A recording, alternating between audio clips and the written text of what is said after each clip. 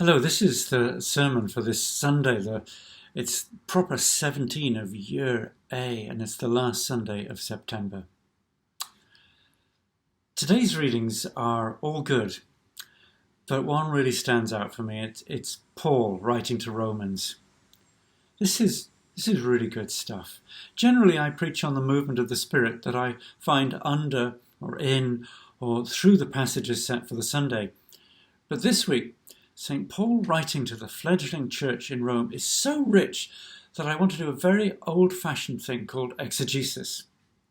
It's about expanding, amplifying, shining light on what is in the actual text almost line by line. So here we go. The first line I'm looking at is, "Let love be genuine. Hate what is evil.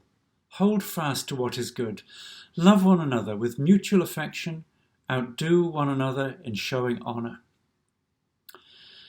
Being nice is easy to pretend to. Being nice when really you don't feel very appreciative of someone is polite, but it can also be a form of lying. Paul invites you to work out how to love someone. Love is not about falling in to something or someone. It's a decision to approach a person with an attitude of love. So what is that? To love someone is, first of all, to value them, to hold them in some kind of honour, to hope for them and to hope, perhaps, for their love back. To love someone, you need to remove your armour, lower your defences, make yourself vulnerable, and above all, show yourself as you are. Loving someone, you are practicing the Christ within you. That sounds big, and it is. You're trying to see another as you hope Jesus sees you. Next, Paul says, "Do not lag in zeal. Be ardent in spirit. Serve the Lord. Rejoice in hope. Be patient in suffering. Persevere in prayer." Zeal is not a word often used. Zeal is what a hockey player feels about getting on the ice. It's about putting energy, thought, planning and practice into something you really want to do. Paul says, put zeal into your desire to be Christ-like. We, Christians, are so called because we want to be Christ-like. A good memory jogger for zeal is, what would Jesus do? WWJD. And you can apply it in all sorts of places. Paul then goes on to say, contribute to the needs of the saints. Extend hospitality to strangers. Bless those who persecute you. Bless and do not curse them. Rejoice with those who rejoice. Weep with those who weep. Live in harmony with another. It's an invitation to come alongside people, to pay attention to people, to look at them with a generous eye. Look after each other.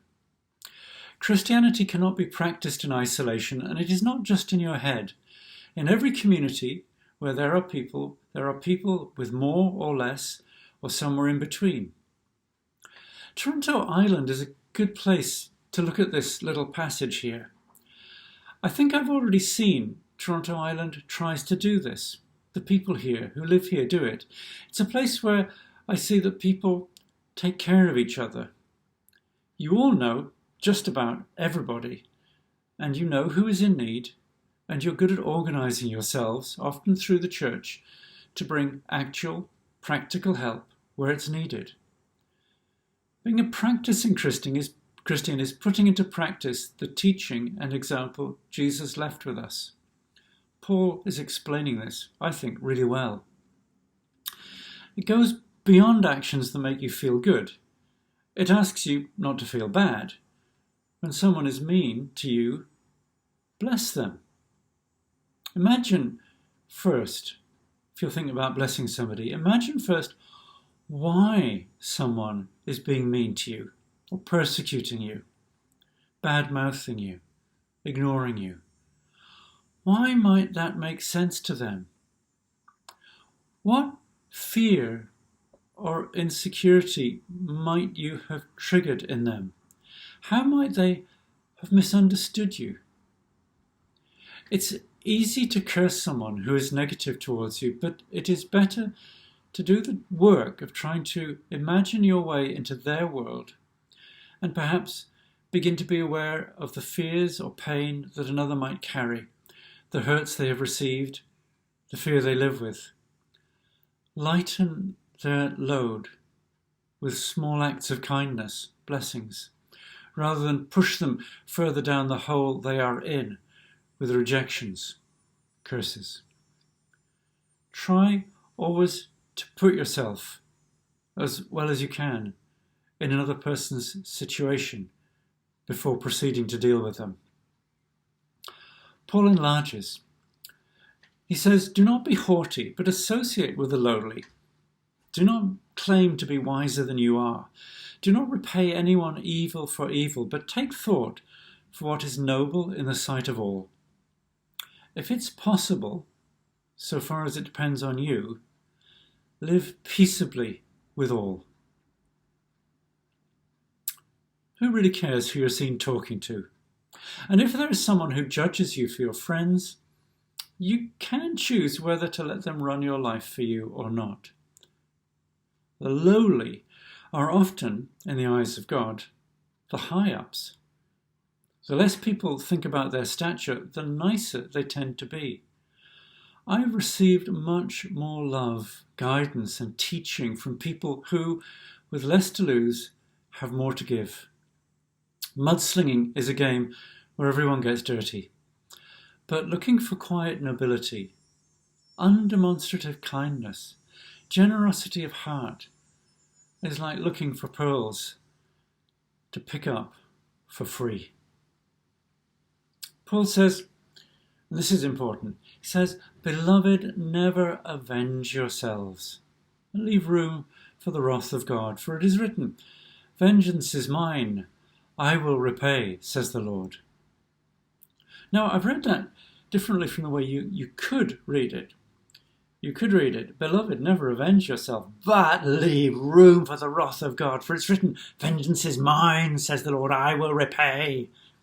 But that's not how I think Paul says it.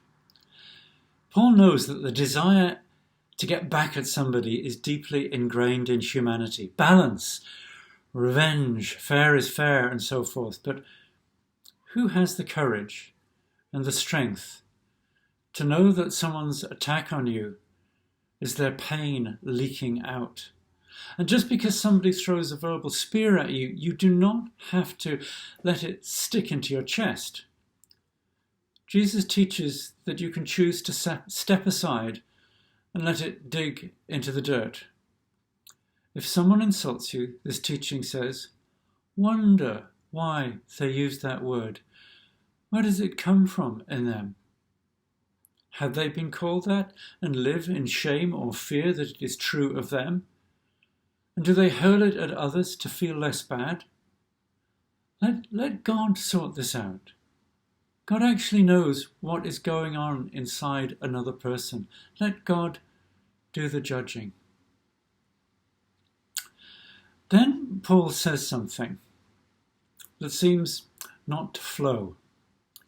No, he says, if your enemies are hungry, feed them. If they're thirsty, give them something to drink. For by doing this, you will heap burning coals on their heads. Do not be overcome by evil, but overcome evil with good. Wait a minute. Heaping burning coals on their head does not sound rather the reverse of the action in the way I have understood Paul's teaching above.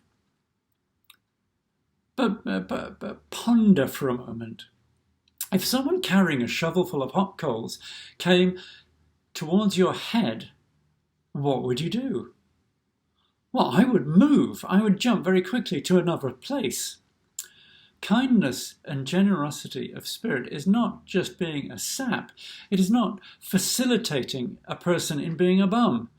There will come a point when your goodness will become so intolerably obvious that that person you are choosing to honour will step away from a life of dishonour.